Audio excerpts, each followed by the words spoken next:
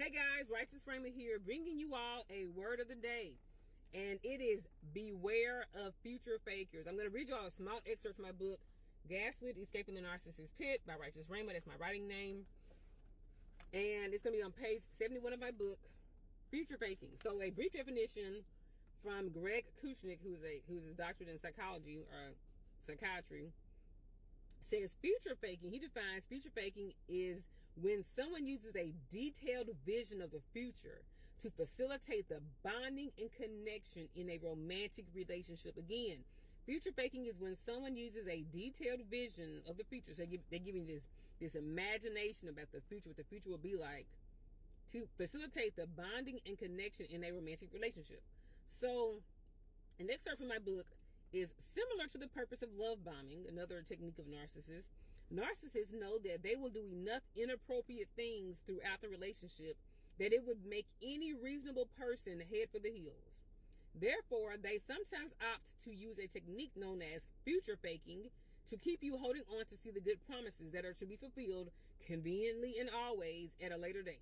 Everything they promise you is always in the future. Oh, I'm going to get a job in the future. I'm going to get saved in the future. I'm going to get clean up of drugs and alcohol in the future. I'm going to stop cheating in the future. It's always in the future. A narcissist will say something about how the special person in his or her life will have plenty of luxuries, such as expensive name brand clothes, a huge house, and a nice car. Sometimes they will pretend like they are casually mentioning something to see how excited you will get. They may say, my wife gonna get a Maybach. She finna get a big old nice diamond ring, and they watching to see if you're gonna be like, really? Okay, nice. They'll watch you to see how you're gonna respond. So y'all beware of future fakers, okay? Now, chapter 4 of my book is called Gaslit Loving. And this when I write a kind of, and I kind of write out about how I was dating this narcissist guy, or at least even if he wasn't a narcissist, he was a gaslighter. And I was writing about different things that he would do in the relationship. So you actually see some real life examples. But you all, a quote that I put in my book on page 72 is, don't promise me nothing, just do it. Don't promise me a mansion in the hills. Don't promise me yachts and trips and vacations and nice handbags. Don't promise me nothing, just do it. You all, please be wary of people who are always promising you things in the future. The reason they're doing that is because they're going to do enough bad things in the present that you're going to like run, like, what in the world?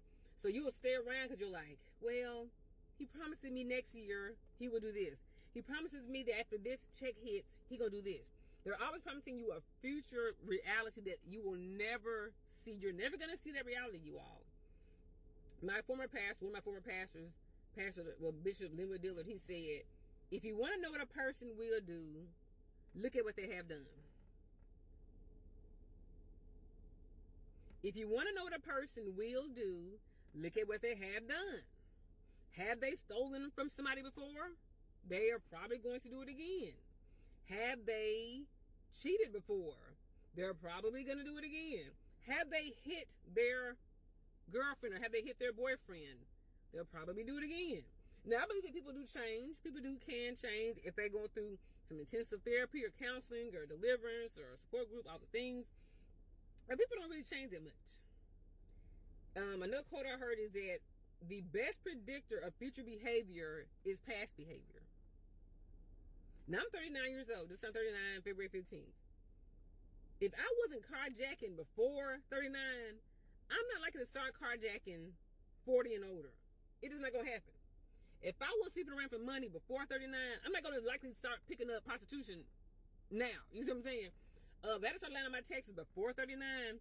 If something people do in the past, it tends to reflect what they will do because it shows that this behavior was not beneath them. They will maybe do it again, okay?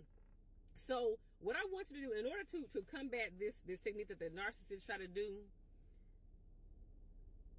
don't judge them based on what they're saying they're going to do. I don't know if it was Henry Ford or somebody said, you can't build a reputation on what you're going to do. You cannot build a reputation based on what you're going to do. Oh, I'm going to be a millionaire. Man, I'm going to be a millionaire in about 3 years. I'm going to be a millionaire. I'm going to get my high school diploma, my associate's degree, my bachelor's degree, my master's degree, my doctorate degree in the next 10 years. You can't get credit on something that you're going to do. All I can give you credit for is what you're doing right now. You only get credit on what you're doing right. Imagine you get a car and they say your payment is like $300 a month, and it's a 72-month payment thing you have to do for 72 months, once a month, $300 a month. I cannot tell the bank or the lender, give me credit for the whole 72 months of payments. They're gonna be like, no, we're gonna give you credit based on what you do month by month by month, because you can do good for 3 months or 36 months and just stop on the 37th month. You can just stop. Happens all the time. Cars get reput all the time. People lose their jobs all the time. Don't give people credit for what they say they're going to do. Judge by what they're doing right now. Because I'm telling y'all, the reason they do that is because they know they're gonna do a lot of crappy stuff in the next few days, and they're like, I'm gonna do so much crap to this girl in the next few days. I'm gonna do so much bad to this guy in the next few days. He gonna leave me. Once he see I cut up, he gonna leave me. So what I'm gonna do is I'm gonna say, well, I started taking this medication. This is gonna help me with my mood swings. Or I just started this job. I'm gonna get some money coming in real soon. Or I'm going to rehab. I'm gonna get clean off of drugs or something like that. It's always something. I'm gonna. It's finna be. I'm gonna be. Do not commit your entire future to a person based on what they're gonna finna be. You got to commit to a person who is right now. My little sister said, she said, potential, because she heard it somewhere, potential goes both ways. Potential can go well or it can go bad. Somebody has the potential to lose weight or to gain weight. People have the potential to drink less or to drink more. Potential is not always, he has such potential. Potential to do what? He could do better, he could do worse. So I give people credit off of potential. Because you're not marrying potential, you're marrying a person. The Bible says you cannot even add a second to your life by thinking about it. You can't even change your own hair strand. You can't even change it when what the Bible says it's something like you can't change it. Something about a head on your hair, a hair on your head with a thought. You can't even predict the next second. I cannot guarantee that I'll be breathing for the next second. But this is a recording, so I will be if I post it. But you cannot tell somebody I'm gonna be breathing the next second. You may drop dead of an aneurysm, a stroke immediately. So if I can't promise you the next second, how can I promise you something 8 years down the road? The Bible even says in James about, don't say next year we're gonna do this and such and this and such. They say that's evil speaking. You cannot say, you could say if the Lord wills, that's how the old saints would say, Lord willing, the Lord said the same. You cannot tell me what's going to happen in the next 6 months. You may get hit by a car in the next 6 months. You may be paralyzed from the neck down the next 6 months. You may be in jail in the next 6 months. You may be dead the next 6 months. Don't promise me nothing. Just do it. Do it right now. Do it right now. Why you going to tell me, oh, if you pay your cars right, you're going to be wearing a nice big old diamond ring. This one guy I was dating, he was telling me, we get this nice $20,000 engagement ring. You pay your cars right, you're gonna be riding nice. I'm gonna get you a nice car. You pay your cars right, and it's always a future. Now, in the moment, they treat me bad. In the moment, I don't like it. In the moment, it don't feel good. But in my head, I'm thinking like, well, it sucks right now, but if I pay my cars right, 10 years from now, I'll have that house, I'll have that car, or he ain't saved now. He acting a fool, but if I pay my cars right, 2 years from now, he gonna get saved and be speaking in tongues and casting out devils and preaching the word. See, it ain't about the future. You're living right now. You don't even have tomorrow. None of us have tomorrow. The Bible Jesus commands us, don't worry about anything past midnight. We are forbidden from Jesus, to worry about anything past midnight. He said, sufficient of the evils of today. Don't even worry about tomorrow. He commanded us, don't worry about anything after midnight. Tomorrow is not even promised to us. All we have is today. How does he treat you today? How does she treat you today? How do you feel in her presence today? How did you feel at the first date? How did you feel on the phone calls when they call you today? How do you feel today?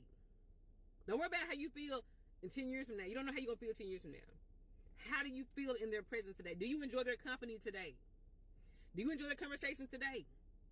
Do you enjoy their dates today? If you don't like it today, you probably won't like it tomorrow or the next week or the next month or the next year. Do not let these narcissists, these gaslighters, future fake you about what they're going to do in the future. If it sucks now, it's going to suck then. If they're bad now, they're going to be terrible then. Because bad people tend to wax worse. Bad people tend to get worse. They don't tend to get better. Good people get better. Bad people get worse. The potential can go either way. Thank you all for watching. Please buy my book on Amazon, my website, righteousframer.com. Bye.